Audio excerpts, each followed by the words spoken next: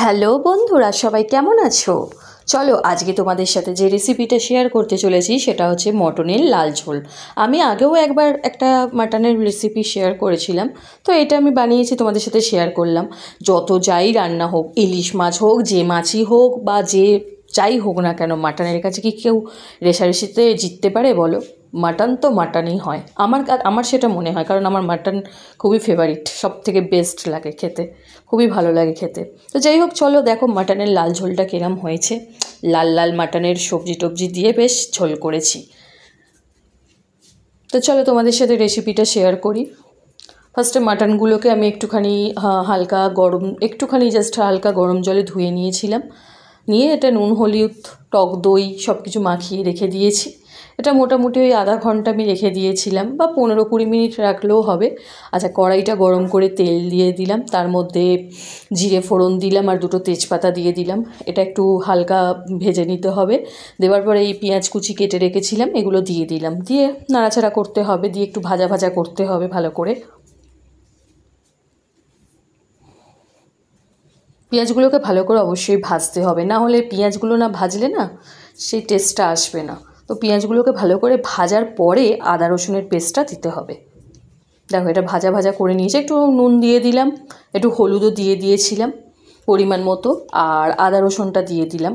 আদা রসুন আমার পেস্ট করা ছিল, তো ওটা আমি দিয়ে দিলাম একসাথে। দিয়ে আবার কষাতে হবে। রান্না মানেই তো কষানো। আর বিশেষ করে মাটন বলো বা চিকেন যাই হোক না কেন, একটু কষিয়ে জিনিসটা, ঝোল হোক ঝাল হোক যাই হোক, কিন্তু জিনিসটা আগে ফার্স্টে কিন্তু কষাতে হবে, তবে কিন্তু টেস্টটা কিন্তু আরও ভালো হবে। তো যাই হোক, আমি ফার্স্টে এটা ভালো করে করে নিলাম।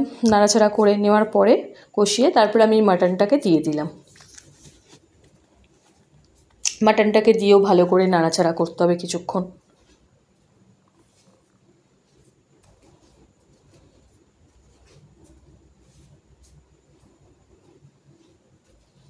আমাদের এখানের মাটনটা খুবই ভালো, খুবই ভালো। এখানের মাটনটা এত টেস্টি আর এত ভালো, না কি বলবো তোমাদের।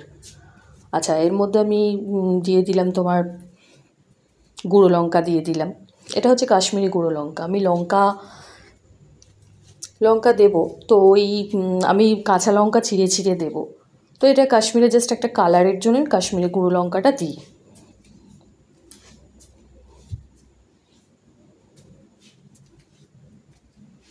আচ্ছা, এবারে আলুগুলো আমি কেটে রেখেছিলাম, ওগুলো দিয়ে দিলাম। আলুগুলো আমি ভাজিনি, মাঝে মধ্যে ভেজে দিই, এবার মাঝে মাঝে আমি এরকম করেও দিই আলু, এটাতে টেস্টটা ভালো হয়। তো আলুগুলো এর ওপর দিয়ে দিলাম মাংসটা কষানোর পরে। দিয়ে ভালো করে হালকা নাড়াচাড়া করে নেবো। দেওয়ার পরে সব সবজিগুলোকে দিয়ে দিলাম, সব কিছু, ক্যাপসিকাম, তারপরে বিনস, গাজর, সব কিছু যা যা সবজি ছিল, টমেটো, আর কিছু কাঁচা লঙ্কা চিড়ে রেখেছিলাম সেগুলোও দিয়ে দিলাম। আর তার মধ্যে পরিমাণ মতো নুন দিয়ে দিলাম। নুন দিয়ে ভালো করে নাড়াচাড়া করতে হবে। এবারে এর ওপরে জিরে গুঁড়ো দিতে হবে, ধনে গুঁড়ো দিয়ে দেবো। এগুলো সব পরিমাণ মতো, আমি যেরকম আমার যতটা পরিমাণ লাগবে আমি সেরকম দিয়ে দিয়েছি। আর একটুখানি মিষ্টি দিয়ে দেবো অল্প, টেস্টের জন্য, টেস্টটা ভালো আসবে মানে। তো ভালো করে একটু সব জিনিসটাকে একটু ভালো করে একটু ফুটতে দিতে হবে কিছুক্ষণ।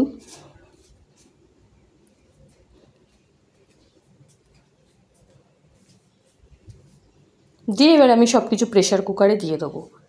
প্রেশার কুকারে দেওয়ার পরে না, ওই কড়াতে যে কাইটা ছিল তার মধ্যে আমি একটু গরম জল করে আমি ওই প্রেশার কুকারে ঢেলে দেবো। দিয়ে এটা মোটামুটি আমি 3-4টে মতো সিটি দিলেই হয়ে যাবে, যেহেতু কষানো আছে আগে থেকে। দেখো, আর ধনেপাতা কেটে রেখেছিলাম, ওটা উপর দিয়ে ছড়িয়ে দিলাম।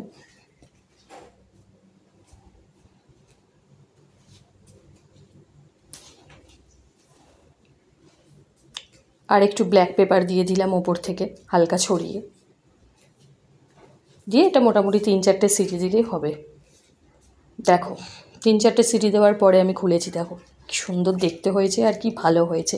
এটা দেখেই মনে হচ্ছে কিন্তু খুব সুন্দর হয়েছে খেতে, খেতেও দারুণ হয়েছিল।